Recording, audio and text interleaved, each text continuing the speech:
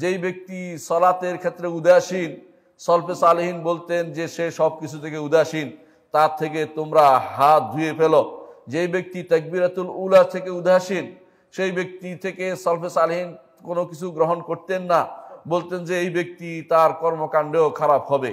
যে ব্যক্তি সালাতে যত বেশি গুরুত্বপূর্ণ ব্যক্তি, তার আমলের দিক থেকেও সে তত বেশি গুরুত্বপূর্ণ।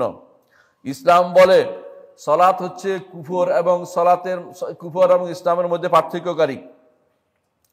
সালাত হচ্ছে কুফর এবং ইসলামের পার্থক্যকারী। রাসূলুল্লাহ সাল্লাল্লাহু আলাইহি সাল্লাম বলেছেন, বাইনার রাজুল ওয়া বাইনাশ শিরকি আউল কুফরি তারকুস সালাহ।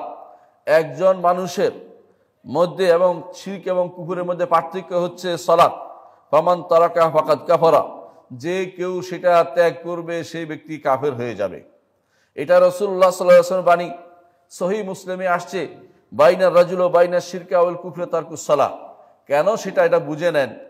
কারণ আপনারা জানেন যে একজন মানুষের অন্তরে ঈমান আছে, এটা বোঝার কোনো সুযোগ নেই।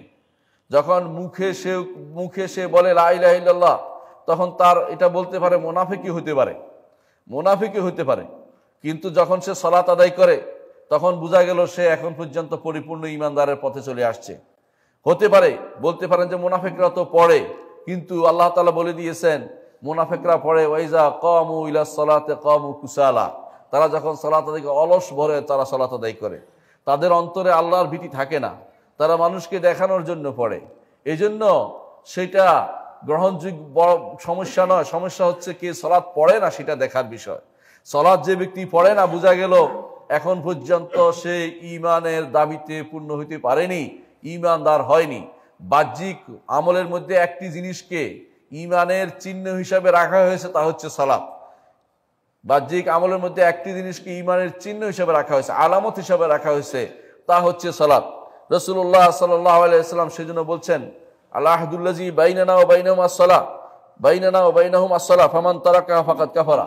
আমাদের মধ্যে আর কাফেরদের মধ্যে অঙ্গীকার হচ্ছে সালাতের। যদি কেউ সালাত ত্যাগ করে সে কাফের হয়ে যাবে। আসহাবুস সুনান হাদিসটি বর্ণনা করেছেন, সুনানের গ্রন্থকারগণ হাদিসটি বর্ণনা করেছেন।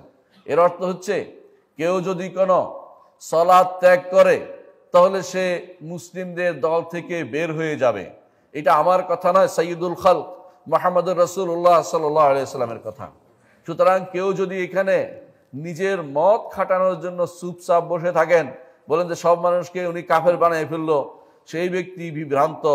কারণ আমি আমার কথা বলছি না, আমি আমার রাসূলের কথা আপনাদেরকে শুনিয়ে যাচ্ছি। সুতরাং আপনাকে সেটা মেনে নিতেই হবে। রাসূল যা বলেন সেটা মানার জন্য আল্লাহ নির্দেশ দিয়েছেন, ওয়ামা আতাকুমুর রাসূলু ফাখুযুহু ওয়ামা নাহাকুম আনহু ফান্তাহু। রাসূল যা তোমাদেরকে দেন তা গ্রহণ করো, রাসূল যা থেকে তোমাদেরকে নিষেধ করেন তা পরিত্যাগ করো, তা অবশ্যই বর্জন করো। এটা হচ্ছে রাসূলের কথা যে সালাত ত্যাগ করলে সে ঈমানদার থাকে না।